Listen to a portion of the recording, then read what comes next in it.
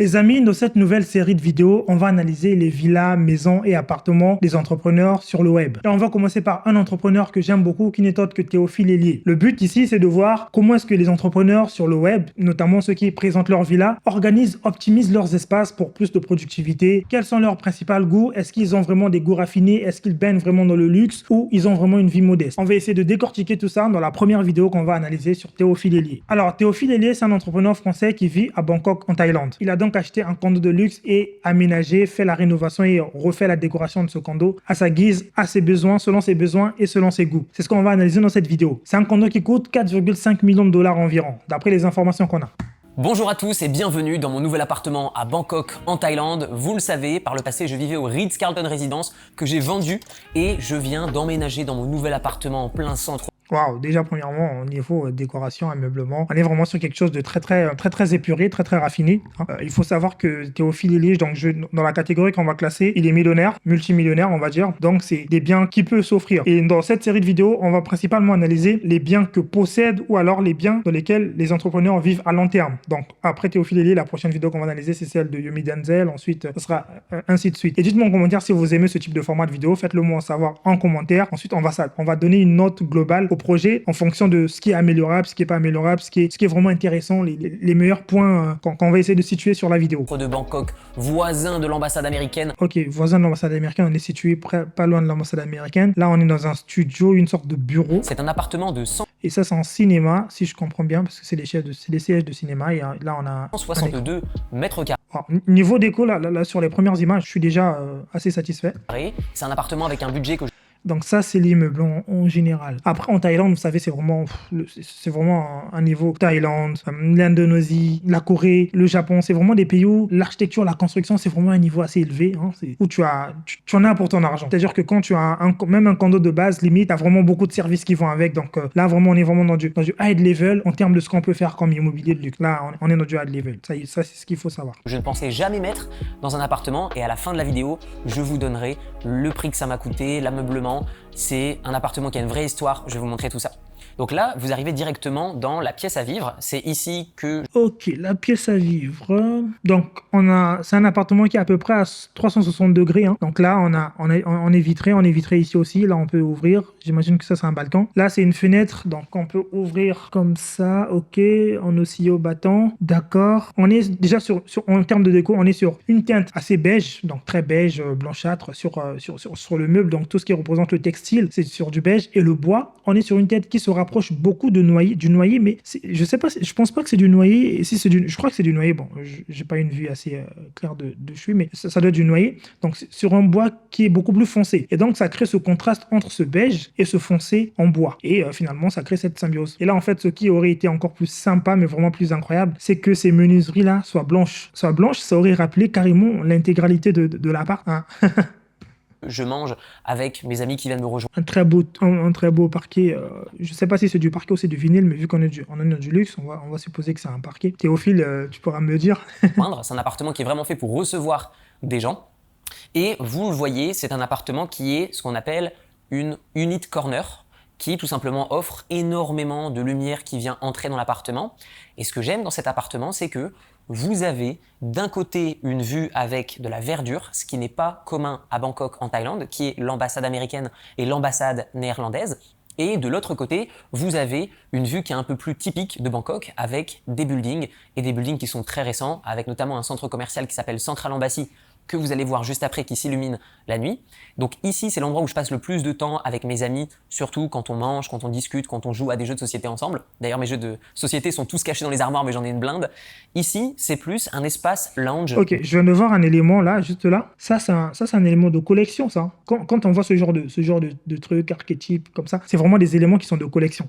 C'est vraiment des œuvres assez prestigieuses. Et ce qui est intéressant ici, c'est que la lumière, la lampe, vous voyez la lampe là, elle s'assemble, elle se marie dans le décor, elle fusionne avec le décor, elle ne fait qu'un avec le meuble. Donc on a l'impression elle fait partie de ce meuble et de toute cette teinte. C'est vraiment une déco qui est rappelée, hein. Donc la lampe vient rappeler la décoration. Donc ça rappelle cette couleur et ça rappelle ce textile, ce bois, ce velours. Il y a vraiment un très grand travail qui a été fait. Alors ici, ça aurait été un peu plus sympa, vous voyez, sur le canapé, d'avoir déjà des éléments qui rappelleraient cette couleur ou bien des petits coussins un peu marrons qui seraient mis ici, peut-être 1, 2, 3, 4. Ça aurait brisé un peu, parce que là, on a l'impression que tout ça, c'est trop blond, c'est trop blond. Il n'y a rien qui casse la vue. Donc avoir ce genre d'éléments, ça aurait brisé un peu la vue, ça aurait cassé quelque chose. Et ici, sur cette table, notamment un petit pot de fleurs, avec donc un pot de fleurs avec le même récipient que ça, maintenant avec des fleurs dedans. Ça aurait beaucoup changé. Sociétés sont tous... Parce que là, l'impression que ça donne, c'est que c'est trop vide, hein. C'est vraiment l'impression que ça donne, c'est que c'est trop vide, c'est que c'est une maison qui est à la vente, alors qu'il y vit, c'est vraiment l'endroit où il y vit. Donc, il faut quand même une certaine âme dedans, une certaine âme d'émotion. Après, je pense que ça se fait avec le temps, hein. Se cacher dans les armoires, mais j'en ai une blinde. Ici, c'est plus un espace lounge, détente, où je vais passer... Ouais, c'est ce que je disais, ça a l'air un peu trop sec. Ouais, c'est ce que je disais, ça a l'air un peu trop sec, un peu trop vide. Ça aurait été plus intéressant d'y rajouter un élément, des petits coussins. En plus, hein, peut-être 2 ou 3 seulement, mais qui rappelleraient ces types des couleurs un peu marron, foncé, etc. C'est du temps avec mes amis pour discuter, un endroit plutôt où je vais recevoir des gens avec qui je vais parler de business et je trouve ça trop personnel que de s'asseoir dans le canapé l'un à côté de l'autre. C'est également ici, exactement à cette position que je viens boire mon café le matin et que cela m'inspire que de voir la vue. Ça me permet de voir plus grand, ça me permet de penser... Donc cet espace-ci, c'est ce que... Alors là, on est dans le cas d'un appartement, mais dans une villa, il y aurait eu une séparation entre cet espace et cet espace. Ce qui veut dire que là, ça aurait été un espace qu'on appelle salon, donc un endroit plus formel, où tu reçois des gens, vous discutez, vous parlez business et tout le reste. Et ici, un endroit séjour, où tu peux être avec les enfants ou bien les amis, juste regarder la télé et tout le reste. Généralement, ces deux espaces sont un peu plus séparés que ça. Mais là, je comprends parce qu'on est dans un appartement, hein, il a voulu séparer un peu les lieux. Mais le seul souci, c'est que ici, ça crée un espace un peu trop chargé, pour le coup. Parce qu'on a deux grands canapés sur un si petit espace. C'est pas toujours l'idéal. L'idéal, c'est peut-être d'avoir un grand canapé d'angle qui fait ça jusqu'ici. Ou alors, il y a un type de canapé, vous savez, c'est des canapés à double face. C'est-à-dire que tu as un canapé ici au centre, mais il a des assises de ce côté-là et des assises de ce côté-là. Comme ça, ces deux chaises ici se mettraient comme ça. Dos à la lumière, dos à la lumière. Et ça aurait dilaté un peu plus cet espace. Parce que là, on a l'impression que c'est beaucoup trop chargé, qu'on a voulu mettre des meubles sur des meubles. Penser à d'autres choses. Et ici, de ce côté-là de l'appartement, vous avez plutôt un côté détente, plutôt un côté où on va se poser avec mon meilleur ami le matin qui vient de me rejoindre. Très propre, très propre, très propre.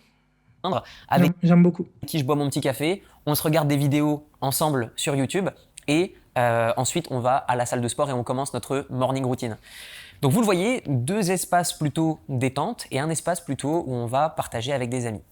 Afin de continuer la visite, vous avez de l'autre côté une cuisine. Alors comme vous vous en doutez, même si j'ai 2 restaurants, je ne sais pas cuisiner une omelette. C'est pour ça que mes frigos sont entièrement vides. Mais cela n'empêche que j'aime utiliser ma cuisine, notamment pour mon café, mes compléments nutritionnels. J'ai également un wine cellar dans lequel je vais entreposer un petit peu de vin que je vais déguster avec des amis lorsqu'ils viennent me rejoindre.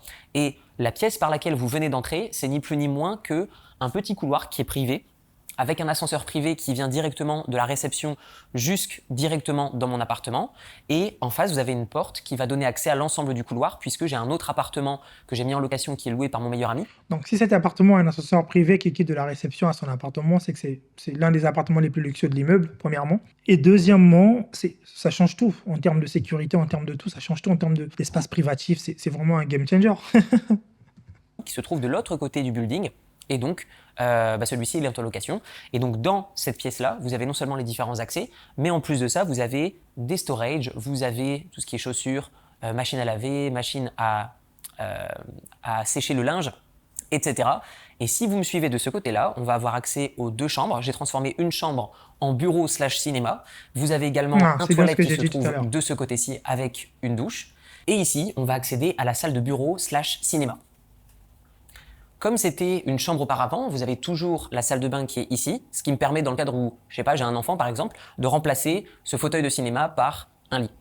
Et donc ici, je viens me poser tranquillement et je viens jouer à la PlayStation ou mater un film avec mes amis. Et là, on est au top du top. J'ai mis un sound system qui est une gamme de chez Samsung qui envoie un son encore mieux que dans une discothèque ou un cinéma. Donc pour les films d'action mais aussi les jeux vidéo en tout genre, c'est excellent, vous êtes vraiment immergé. L'intégralité de la pièce est insonorisée et vous avez juste ici le bureau sur lequel je viens me poser tranquillement et avec cette vue. Pour le choix de la chaise de bureau, c'est vraiment un must, hein. C'est vraiment une référence sûre. C'est du Ikea, c'est vraiment c'est le même siège que celui-là. Vous voyez là, moi je l'ai en marron parce que moi j'ai un bureau vitré, un bureau, c'est du verre. Je vous ai jamais fait un home tour de mon bureau, mais j'ai un bureau vitré, c'est du verre noir. Et donc il fallait quelque chose qui vienne se mettre en contraste parce que je voulais pas faire du noir sur du noir. C'est comme une couleur sur une couleur. Donc là je voulais faire du marron sur ça. Comme ça donne le contraste sur cet élément. À la base ça devait être noir aussi, mais j'avais plus la série. En fait la série de ce meuble-là, il est pas noir. Elle est pas noire. Elle est une couleur bois un peu légèrement comme son bois. Mais moi je voulais vraiment noir, donc j'ai pas trouvé. Je l'ai pris en blanc pour faire simple. Et donc là ici, une chose est sûre, c'est que lorsqu'il tourne des vidéos, donc il est dos à la fenêtre. Donc il prend la lumière en termes de, j'essaie de réfléchir en termes de productivité. Là, il se prend la lumière comme ça de face. Je ne sais pas si c'est la meilleure option, hein. Si la meilleure option, je pense que ça aurait été surtout. Alors là, je parle en termes de tournage. En termes de travail, c'est différent. En termes de tournage, s'il veut tourner, je pense que ça aurait été mieux de se retourner pour avoir vue sur la vitre. Et donc, sur la caméra, on va mettre un filtre. On appelle ça un filtre à densité neutre, donc un filtre ND. Et donc, qui va obstruer la lumière qui va entrer dans la vitre et donc le mettre en clair. Comme ça, on aurait l'impression qu'il est vraiment sur un bâtiment vitré, enfin, sur un espace vitré. Or là, la peur que j'ai, c'est que quand il tourne des vidéos, imaginons que s'il tourne des vidéos à cet endroit-là, on n'est pas la sensation qu'il est dans un espace en haut, sur un penthouse, sur un appartement qui surplombe la ville. Hein, là, on n'a pas cette impression. Alors que s'il était de l'autre côté et que la caméra regardait là pour filmer, on aurait déjà plus cette vue-là sur le paysage, sur la ville. Inspirante, réaliser mon travail, donc notamment tout ce qui est plutôt dans l'opérationnel, c'est-à-dire... Et je pense que lui aussi, il a envie de profiter de la vue tout en étant en face de la vue. Donc c'est lui qui a envie de voir la vue et non l'envie de vous offrir la vue. C'est un peu ce paradigme-là. Regarder, consulter des sites internet, les améliorer, discuter avec mes équipes, faire des zooms, faire des meetings. Et voilà, donc aussi simple que ça, juste besoin d'un écran, des enceintes, un micro, une petite caméra, une vue inspirante, c'est pour moi le plus important. Et juste derrière vous, c'est là où est-ce que je vais entreposer une partie de mon matériel vidéo et vous avez également un storage qui se trouve de l'autre côté, juste ici, où je viens y mettre encore du matériel vidéo, informatique, mais également mes clubs de golf. Donc toutes les choses que vous ne souhaitez pas voir se trouvent dans ce storage. Et enfin, je vous propose de terminer la visite sur la chambre principale qui commence dès cet instant. Et lorsque vous entrez, vous accédez directement au dressing. Donc c'est un dressing qui est fait pour 2 personnes. Et si vous me suivez, vous avez donc juste en face de vous le miroir et également avec une maquilleuse, donc pour les filles qui mettent du maquillage ou les hommes, vous faites ce que vous voulez. Et ici, c'est accès à la salle de bain. Donc vous avez 2 lavabos, vous avez un toilette et vous avez 2 douches italiennes et une grande baignoire. J'ai rien à dire de ce côté-là, c'est très propre. J'ai pas grand commentaire. On continue de ce côté-là. Par contre, je ne sais pas si je me pose la question. Vous avez 2 douches italiennes. Ici dans la douche, dans l'espace baignoire.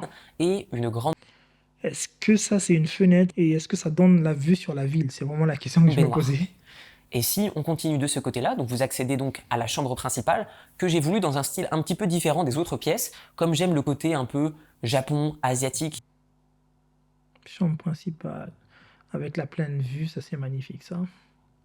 Relax, eh bien j'ai mis beaucoup d'éléments de bois, de pierre qui vont venir se mélanger avec beaucoup de lumière indirecte afin d'avoir tout de même de la luminosité quand vous êtes dans votre lit, si vous lisez un livre, si vous vous posez tout simplement, sans non plus que ça aille directement dans vos yeux. Et donc ici, c'est une chambre qui est un peu particulière, qui peut vous paraître assez simple, mais par exemple les matelas nous viennent du Four Seasons, les oreillers viennent du Kempinski que j'ai fait importer et vous avez toujours une vue qui est géniale. Et ce que j'adore dans cet appartement, c'est que chaque fenêtre va avoir ce qui s'appelle un blackout. Un blackout, c'est pas un rideau, mais c'est un store qui vient se mettre et qui vient s'incruster en fait dans les tiges métalliques que vous voyez. Et donc du coup, il n'y a pas une seule once de lumière qui vient pénétrer dans les chambres. Donc c'est vraiment très agréable pour les personnes qui, tout comme moi, ne dorment que avec le noir absolu. Ah bah, c'est sûr, Maintenant, ce que je vous propose, c'est de vous donner quelques détails c'est de sûr. l'appartement, combien est-ce que je l'ai acheté, comment est-ce que je l'ai acheté, mais aussi le prix que ça m'a coûté, les rénovations, l'ameublement. Donc je vais vous retrouver dans le salon, je vais me poser tranquillement, confortablement, et je vais vous donner quelques détails concernant les chiffres. Bah tiens, vu qu'on est sur une vidéo d'entrepreneur, autant en parler un peu plus chiffres. C'est vrai que c'est une partie dont on explore pas beaucoup sur la chaîne, vu que je suis architecte et qu'on parle principalement d'architecture, de paysage. Mais là, ce serait intéressant de vraiment rentrer dans les chiffres, vu qu'on parle de vidéo de maison d'entrepreneur. Donc, nous voilà maintenant posés tranquillement et je vais avoir l'occasion de vous donner un petit peu le contexte de cet achat, le prix, mais également ce qui inclut cet appartement. Donc, dans ce building qui est en plein centre de Bangkok, pour ceux qui connaissent, c'est à la station de BTS qui s'appelle Chitlom. À proximité, vous avez environ 4 centres commerciaux, dont Central World, Gayzorn, Central Embassy. En gros, l'emplacement top top. Il y en a pas 10 000 comme cet emplacement. Ça, c'est en gros. Donc, dans votre ville, la capitale, dans la capitale de votre ville, l'endroit le plus prestigieux, imaginez que c'est l'endroit le plus prestigieux de la capitale de votre ville. Central Chitlom. Vous êtes également à moins de 2 minutes à pied de la station de BTS, donc vous avez accès à littéralement toutes les choses importantes, toutes les stations de BTS importantes de la ville de Bangkok. Et au sein de ce building, vous avez beaucoup de ce qu'on appelle facilities. Les facilities sont les suivantes. Première, vous avez une salle de sport que j'utilise quotidiennement. Vous avez également une piscine que j'utilise très peu. Vous avez un onsen. Donc, un onsen, c'est un espèce de spa dans lequel vous allez avoir bain chaud, bain froid, steam room, sauna. Ensuite, vous allez avoir une spa room, une salle dans laquelle vous allez avoir jacuzzi, mais aussi des lits de massage. Vous envoyez un message à la réception puisqu'il y a une conciergerie 24 heures sur 24 et 7 jours sur 7. Cette conciergerie s'occupe de tout pour vous, même vos démarches administratives. Et lorsque vous commandez de la nourriture, ça arrive à la réception et c'est le staff de la réception qui vient vous le monter directement dans votre appartement. Vous avez également une salle de cinéma avec 25 sièges. C'est Vous avez incroyable, également ça. une salle de musique. Si vous souhaitez apprendre, Ce genre de truc, c'est principalement en Asie que vous allez en trouver. En Europe, vous n'allez pas trouver des immeubles, des buildings comme ça. Là. C'est principalement en Asie que vous allez avoir ce genre de... même en Asie, il faut vraiment que le standing, la gamme, soit vraiment élevé. vous-même ou à votre enfant à jouer un instrument. Vous envoyez un message à la réception et vous envoie un teacher, un enseignant pour jouer n'importe quel instrument. Vous avez également une kids room, donc c'est une salle pour les enfants. Et encore une fois, vous envoyez un message à la réception, ils viennent chercher vos enfants, ils l'emmènent dans la kids room et ils vont leur apprendre des choses. Et donc votre enfant peut suivre un programme éducatif à domicile et vous avez un compte rendu de ce qu'il a appris une fois que la session est terminée. Vous avez également une tonne de services. Par exemple, peut-être que dans le dressing, vous avez aperçu des sacs plastiques qui sont ni plus ni moins que le staff du condo dans lequel je vis, qui viennent chercher tous les lundis tous mes vêtements sales et qui viennent me les rendre propres et qui les posent dans mon dressing tous les vendredis. Vous avez énormément d'autres services, mais je vais me limiter à ça, sinon ça prendrait une plombe. Mais concrètement, ce service se paie environ, pour un appartement comme celui-ci, pour toutes les facilities, environ 1200 à 1400 dollars par mois pour entretenir ce niveau de service. À ça, vous avez également inclus le nettoyage des vitres et également 3 fois par semaine, un service de nettoyage qui vient et qui nettoie votre appartement de fond en comble. Donc, pourquoi est-ce que j'ai choisi cet appartement? Pour plus Donc, on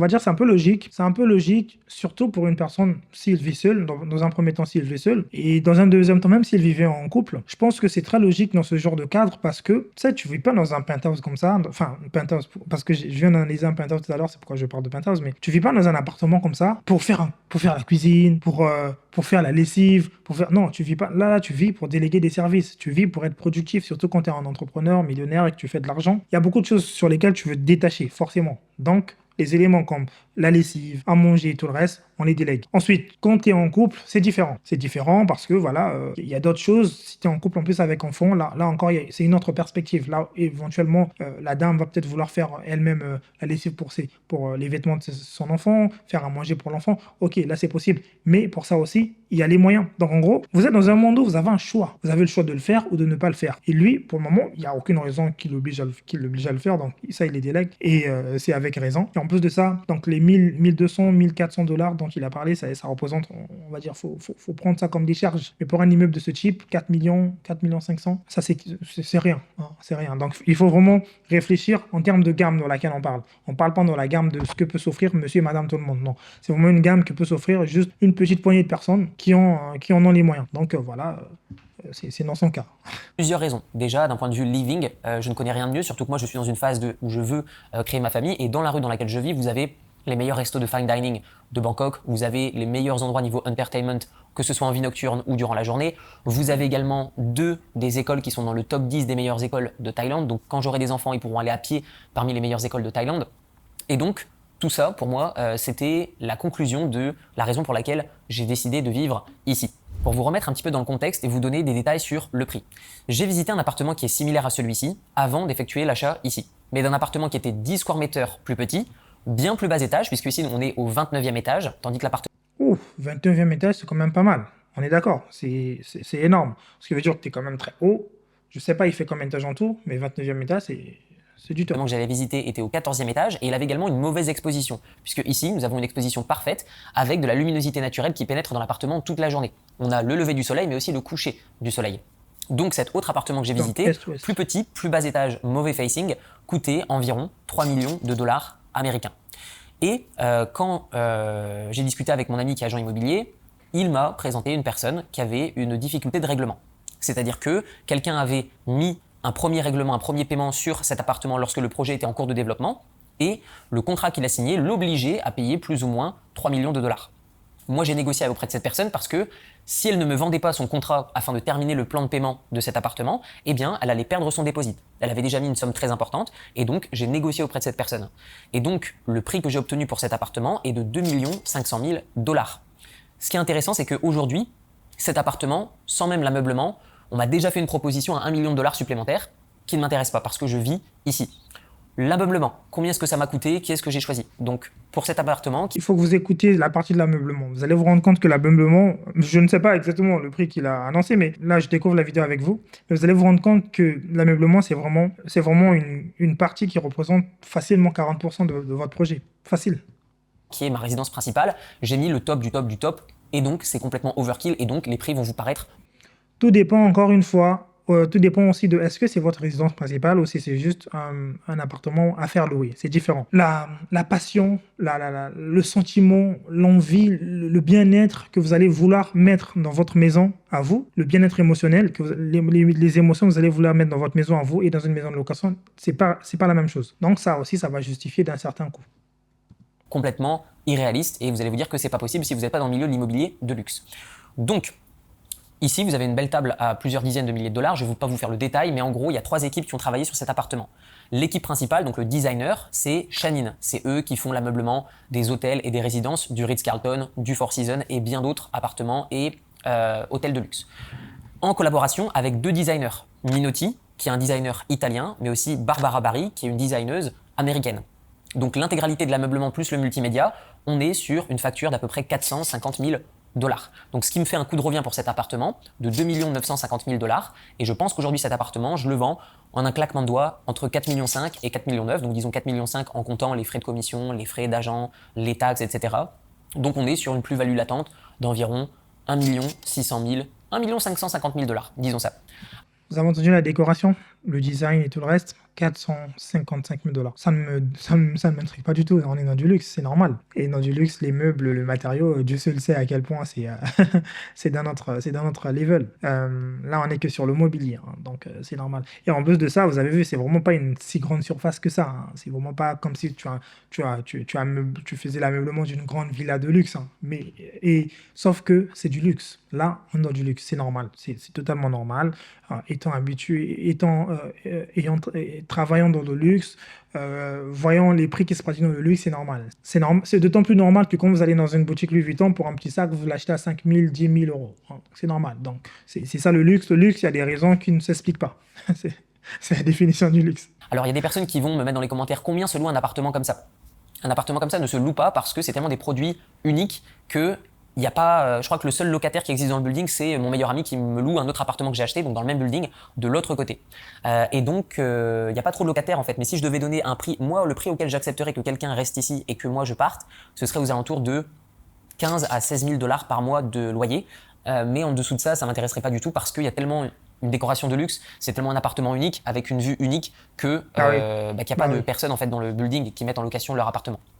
Donc, tout ça pour vous dire que je suis très content et très ravi d'avoir partagé avec vous cette petite visite guidée. Dites-moi dans les commentaires ce que vous pensez de cet appartement, si vous avez des idées d'amélioration ou quoi que ce soit. Et je vous mets dans la description différents liens qui vous permettront d'améliorer la gestion de vos finances, que ce soit sur le plan patrimoine, immobilier, bourse, investissement en private equity. Pour ceux qui veulent un projet de construction, si vous voulez un projet de construction comme celui-ci, un immeuble de luxe, un immeuble de haut standing, comme je suis habitué à les faire, n'hésitez pas, vous avez le premier lien en description, vous prenez un rendez-vous. Vous allez déjà tomber sur une vidéo qui vous expliquera comment ça se passe le travail avec moi. Ensuite, vous allez prendre un rendez-vous et pendant ce rendez-vous, on va discuter avec moi-même. On va parler de comment est-ce que je peux vous accompagner pour votre projet. Ensuite, après ça, on va entamer la phase de conception de votre projet. Ne vous inquiétez pas, je vous ferai le meilleur projet de votre vie. Ça, c'est une garantie c'est une garantie approuvée, qu'achetée. Il n'y a pas de souci pour ça. Il y a vraiment aucun doute sur ça, sur ce principe-là. On va faire du haut standing, du beau, comme on sait le faire.